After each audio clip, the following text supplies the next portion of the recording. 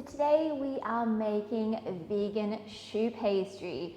So choux pastry is the very unique pastry used to make some of the most famous French pastries like eclairs, choux buns and profiteroles. Now through this training video we're going to go through step by step the methods and techniques involved to master your choux pastry for your eclairs and choux buns, and really talk about how we incorporate our ingredients, the special look that we need, how to pipe, and also how to bake to create that perfect texture and finish to our choux buns. The name choux in French translates to cabbage, and this is because when the choux buns are piped and baked, they resemble little cabbages. So making eclairs with choux pastry has got the reputation of being one of the most difficult pastries to master in the traditional world, but vegan, now that's another challenge that we face because choux pastry relies so heavily on eggs to give it its signature hollow center. The main leavening agent in this unique dough is of course steam. It is steam powered, and also the egg or our special egg replacement in this recipe. Now as our choux pastry or eclairs are baking in the oven, we create steam in the center, and as the steam builds up, it creates that signature hollow center that we're looking for. So there's a lot of science behind it to have success with this style of dough. We create what is known as a panade. So we take our flour, water and fat and cook these two together. Now the reason that we do this is because this dough relies so heavily on steam to create its hollow center. We want to incorporate as much moisture as possible into the dough, and we do this by cooking it, allowing those starches to completely hydrate as much moisture as possible.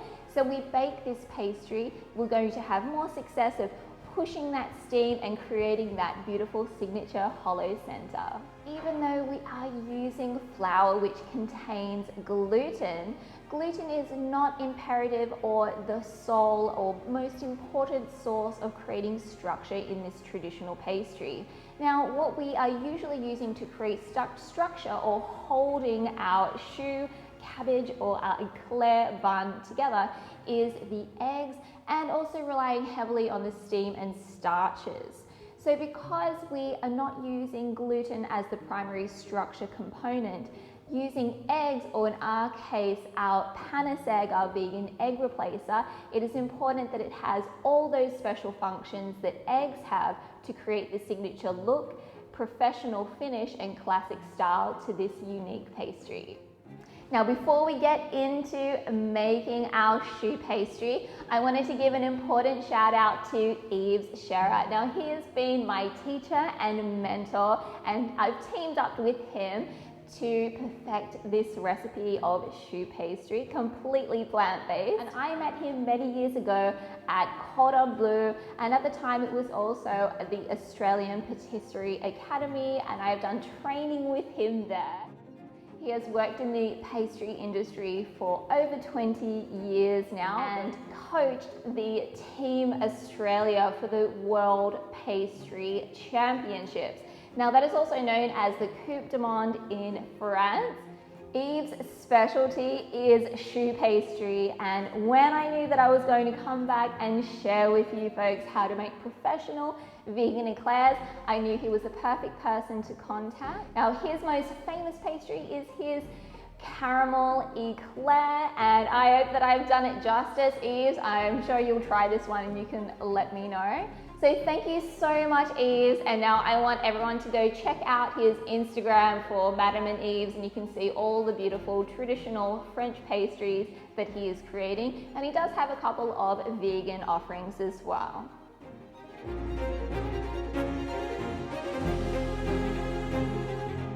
Alright, so let's get into it. Now, as always, when we are doing our pastry, we want to make sure that we mise en place everything. And because this recipe is very specific in its method and techniques, one of those things that is always very important as well is measuring all our ingredients. So So I do recommend that you invest in a micro scale. So anything that's less than about 40 grams, make sure you use your micro scale, especially when we're working with some of these smaller powders and very, very small ingredients. The measurement is very, very important, and it's a crucial step in the technique. So now that that's all done, we can start preparing our vegan egg replacer. Now, the egg replacer that we're using for this recipe is our panis egg, or the panacea of egg replacement. Now, what this is going to do is replace all the 8 major functions of eggs. And for such an egg-heavy recipe like choux pastry, this is very crucial that you have the correct egg replacer to get the professional results. So I've measured out my powder, and we're going to be adding it to our water measurement. Now, I like to use an immersion blender just to blend everything together, just to ensure we have a good emulsion and everything is completely combined and we have no lumps. Now, you will notice with your panis egg that it's going to have a much thicker texture than traditional eggs. Now, that is completely normal. Now, you'll notice that our panis egg replacer mixture doesn't really have an egg color, so it's not a golden color. But if you do want your eclairs to have the signature golden egg color inside, you can add a small quantity of turmeric. And I will put the measurement in the recipe document linked in your dashboard. We're going to blend all of that together until it's nice and combined. Now we have our vegan egg replacer ready. We can just set that aside for now. Now in my bowl here, I have my flour measurement. Now I am using just an all-purpose flour. There's no need to use a high protein flour for this recipe. We're using all-purpose, also known as plain flour, so something between about around a 10 to 11% protein content is perfect for this recipe. And it's very important that we sift our flour as well to ensure that there's no lumps. So just sift that into a bowl. Now the last thing that we want to start setting up is our liquid component. Now this is going to be heated up on the stove before we add our flour. So into a saucepan, we're going to put in our measurement of water. And to that we also have some salt, a small amount of sugar. We have some vegetable oil, and I'm just using a neutral flavored oil for this. Now I know a lot of traditional recipes for making choux pastry for eclairs will use things like butter. However, I do find using a plant-based margarine or butter, they can vary in terms of their fat content and the ingredients involved. So to ensure that we have consistency in our results, we're going to be using the oil so we can really make sure that it comes out the same every time. Now we're going to add our inverted sugar syrup. Now I make my own. All it is water, citric acid, and sugar. And I will ensure to link a recipe in your dashboard of how to make your own inverted sugar syrup. What it's actually going to be doing is softening the sugar in the recipe, so it creates the soft texture to our choux pastry for our eclairs, and it also improves the texture if we are also freezing the product as well. So now we can start cooking our panade. So I'm just going to heat up our liquid component here, and we want to do this over a medium heat. And we want to continuously stir until we start dissolving that sugar and the syrup, and slowly bring this to a boil.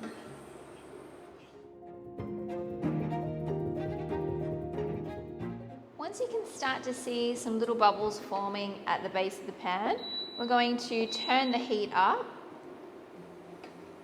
and continuously stir. We want to bring this to a nice hard boil, a nice rolling boil.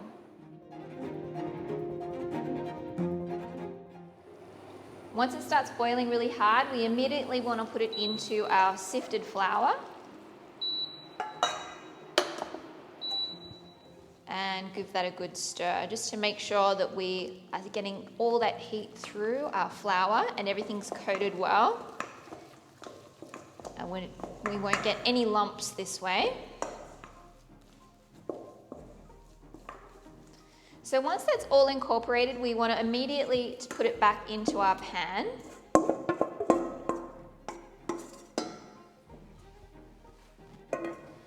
I'm going to switch the heat back on, and we want it on a fairly low heat, so a low to medium heat.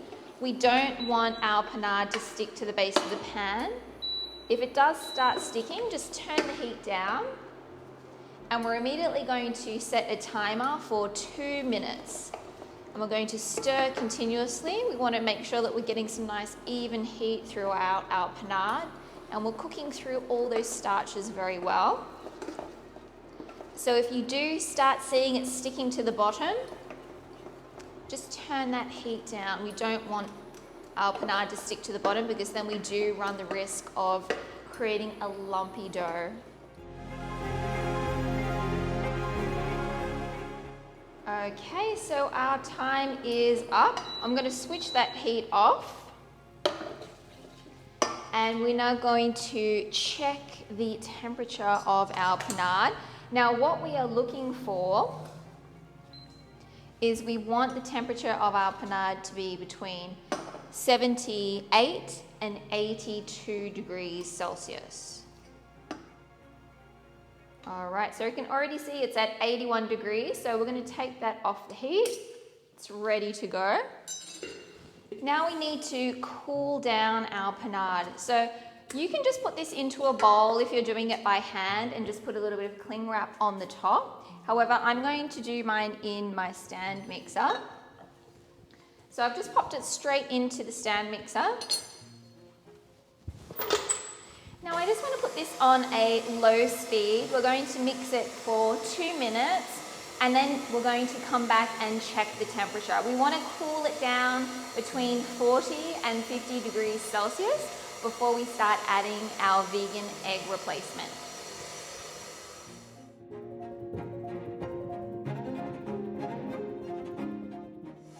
So while that's mixing, I'm just going to blend up my vegan egg again. I always like to re-blend it just before I add it, just to ensure that everything is incorporated really well. We have no lumps and everything's been hydrated fully.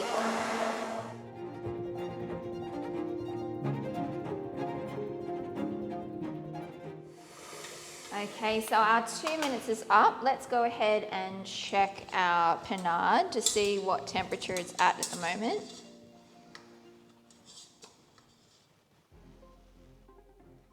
Sort of just mixing it around a little bit as well, just to make sure. So it's at 45 degrees right now, which is fine. We can start adding our vegan egg. So just putting it on a low speed, we're going to add about 1 to 2 tablespoons at a time.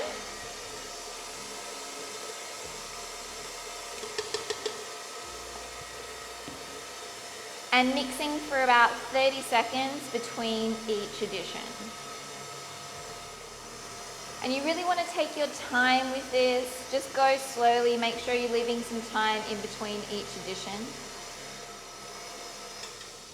And every so often you just want to scrape down the sides just to ensure all of that vegan egg is being incorporated well. Now don't worry when the texture starts changing, if it starts getting a little bit clumpy like this. As you continually add your egg replacer, it will start to get smooth. So we can see that the dough has just started coming together now. So we want to keep an eye on it at this stage. We may not need to add all of our vegan egg replacer.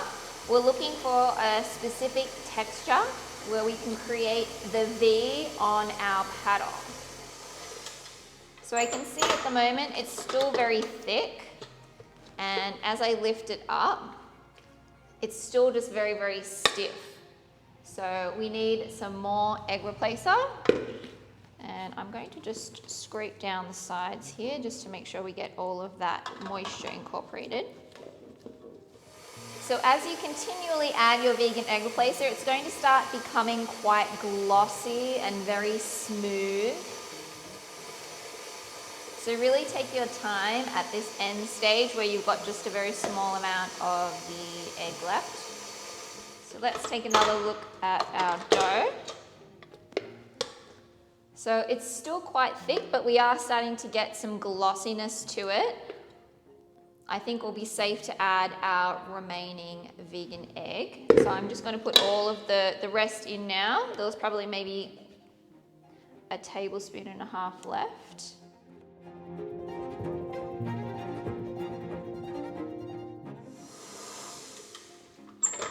So once all your vegan egg has been incorporated, we can start checking the texture of our dough. And we should be able to get a V. So you want to grab like a large amount of the dough on the paddle, and it should sort of just drop off like a V, like so, as you can see. And it should be nice and glossy. Now, if you have made traditional choux pastry before, your dough is going to be a lot more fluid or a lot more liquid. The vegan version is a lot thicker. But see how it hangs off? We've got a nice elastic dough, and it creates that V as we lift up our paddle. So we know that this is ready. So what I'm going to do now is pop it back on my mixer, and we're going to mix it on the lowest speed for 5 minutes, just to ensure that everything is hydrated fully. And we have the texture that we are looking for before we start piping.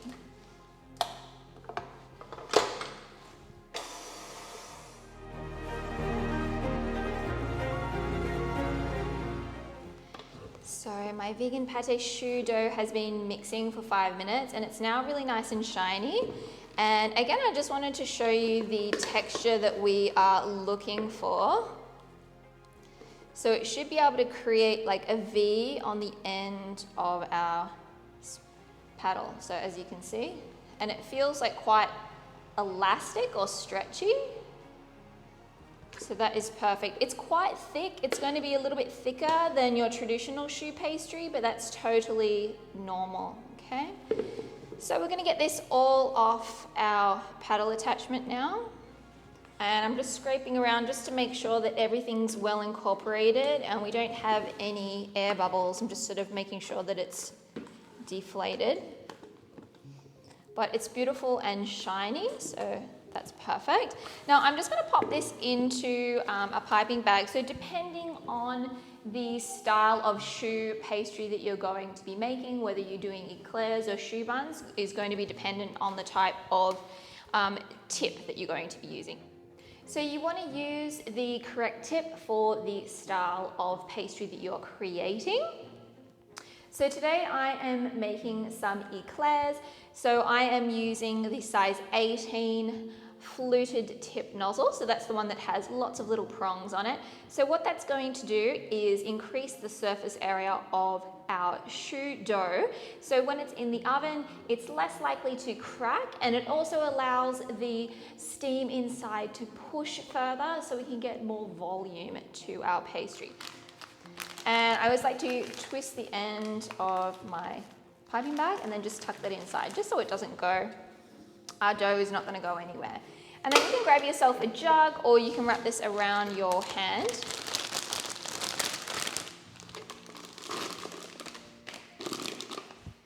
And we can transfer our dough inside. We want to try not to incorporate too much air when we do this as well. So we really want to make sure that there's no big air pockets in there. So you can even just give it a little bit of a massage. I'm going to twist the end and just set that aside for now. So I have a large tray here. I'm using a half sheet pan, but essentially you just want to grab the largest tray that's going to fit into your oven. So 1 times this recipe is going to make roughly 14 classic size eclairs. And what I'm using here is what's known as an air mat. And this is an air mat which is designed by a company called Silcomart.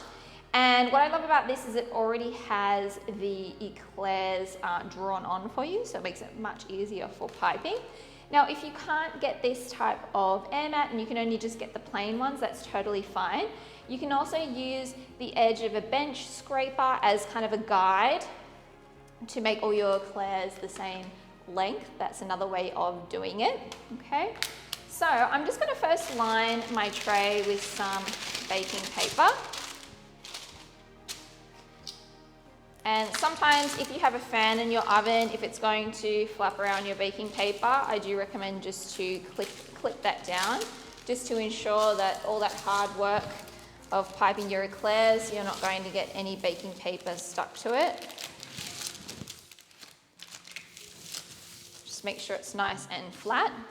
And then in goes your air mat. Now, if your air mat is not going to fit perfectly into your tray, I would recommend just trimming the edges, because we don't want it coming up the sides, because as our eclairs bake, they will also scoop up the sides. So you can always just trim a little bit.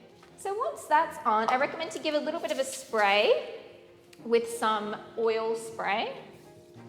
And this is just a mold greasing spray. So just pop a little bit there, just so your eclairs are not going to stick. So now we can start piping. Now, as always, when we're piping, we want to make sure that we have a good grip and good pressure. Now, this is going to take a little bit of time to master, not only the incorporation of the ingredients, the correct texture of our dough and baking. Piping is also very important to create a successful eclair. So it is important to make them even, to make them consistent. If you do make a mistake, we can always scrape it back up and give it another go, pipe it again. So what I like to do is use my finger as a guide to pipe your eclairs. And also I love these mats that have the shape that really help us get the right length. And then once you get to the end, just stop pressing and then pull, and then you can go back. Okay, and let's go for another one.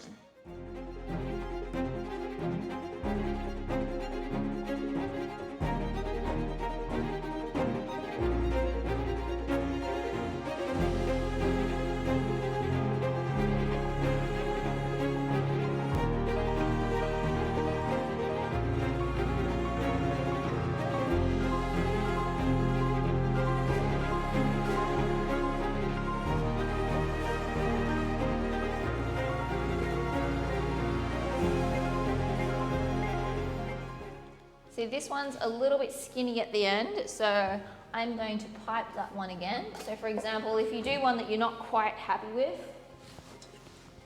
you can just use a little offset spatula and just scrape it off and pipe it again.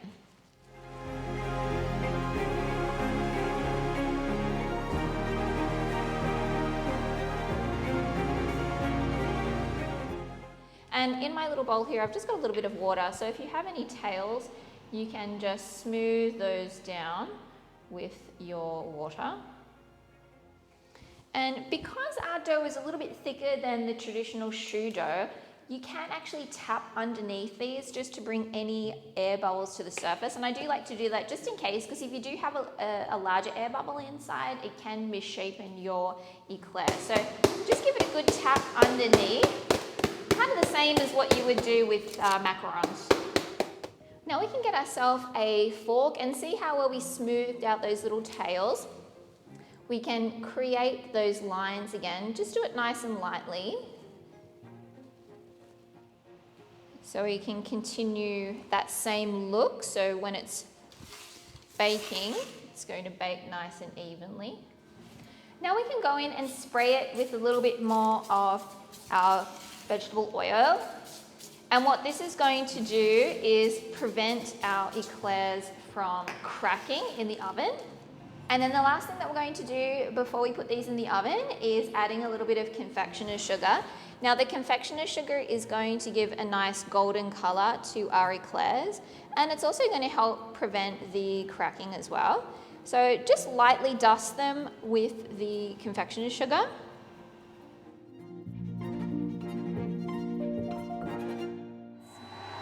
So now our oven is preheated. We're going to cook our eclairs for the first stage for about 40 minutes. So I'm gonna put this in my oven, preheated at 135 degrees Celsius, and we're gonna check it in about 10 minutes, just have a look through the window and see how it's going. All right, so let's get this in. And we're gonna set our clock for 40 minutes total, but we're going to keep on checking in on our eclairs. So the first time we're gonna go check in on it is at about 10 minutes. One of the things that is very important when baking eclairs is we don't want to open the door within the first 30 to 40 minutes is imperative. So we're just going to keep an eye on it, have a look through the window, keep on checking it every 10 minutes just to see whether we need to increase our temperature or decrease our temperature. All right.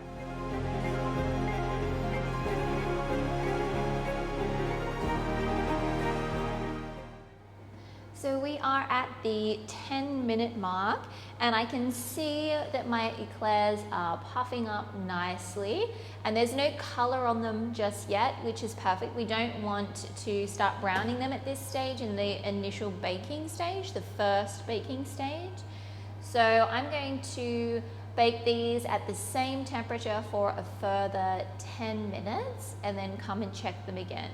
If your oven, after you checked it at the 10-minute mark, they're starting to color, I would recommend to turn down your oven about 5 degrees. We really want to slowly bake them at this stage, as the vegan egg will set at a lot lower temperature than a traditional egg.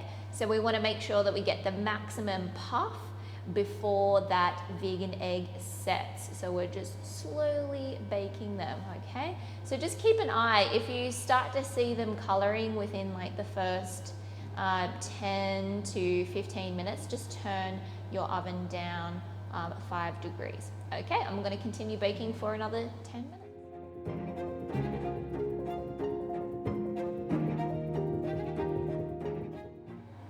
So we are currently at the 20-minute mark, and our eclairs are puffing up very nicely.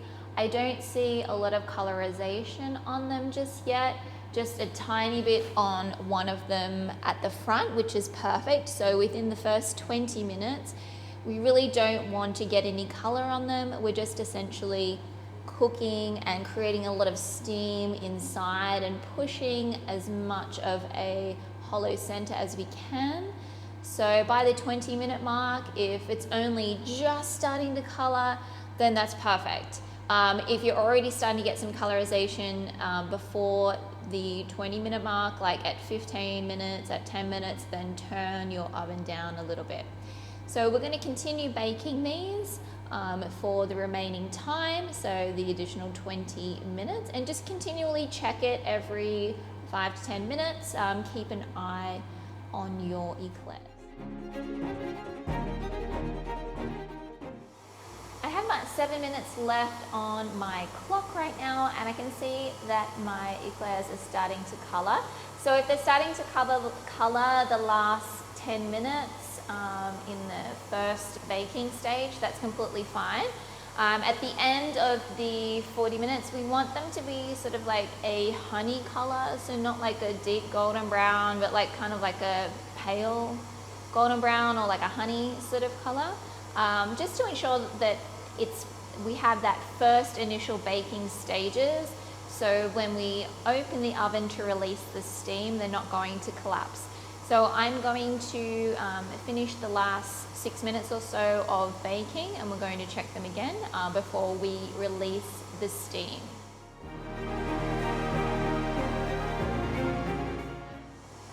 So I have about 1 minute left on my clock, and as you can see, we're starting to get some good colorization on our eclairs, but I do have some in the front left corner which are still quite pale. So even though I've already set my clock to 40 minutes, I'm going to add an additional 5 minutes, just until all of them are a nice golden color, just like a pale honey color, before we release the steam. If we open the door now, we do run the risk of our eclairs collapsing. So I'm gonna go ahead and add another 5 minutes now, and then come back and check.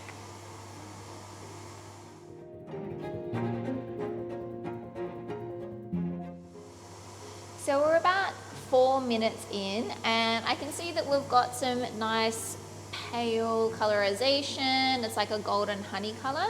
So at this stage, I'm going to open the door and we're going to release some steam for like 5 seconds, but just like open it a little crack. We just want that steam to escape, and then we're going to close the door again.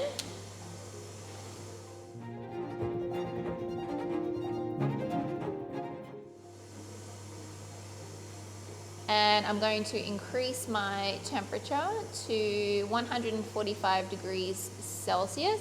And if you do have an oven that has a vent, you can open up your vent to release the steam. And now we're going to cook these between 30 and 45 minutes. If you don't have a vent that you can open on your oven, you can just ensure that you have the fan on so it can release the steam. Okay, so we're going to continue baking. So this second baking stage is just all about getting that nice deep golden color throughout your eclairs. So you may need to rotate your trays halfway through the baking just to ensure you get even colorization.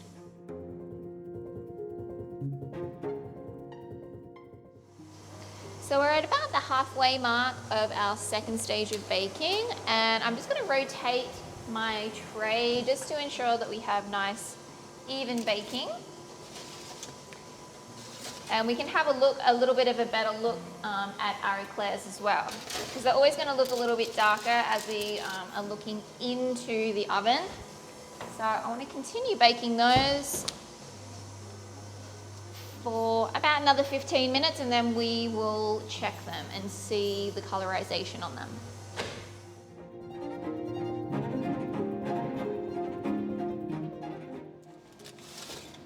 So my eclairs are looking pretty good. They're nicely puffed and we've got a beautiful golden color. I'm just going to put them in for maybe like another 2 or 3 minutes just to, color them just slightly more. And yeah, I think 3 minutes should do it.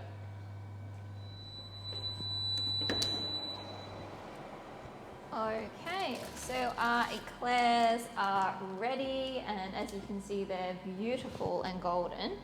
You have a nice puff there, and I'm going to put these onto a cooling rack now to cool down completely.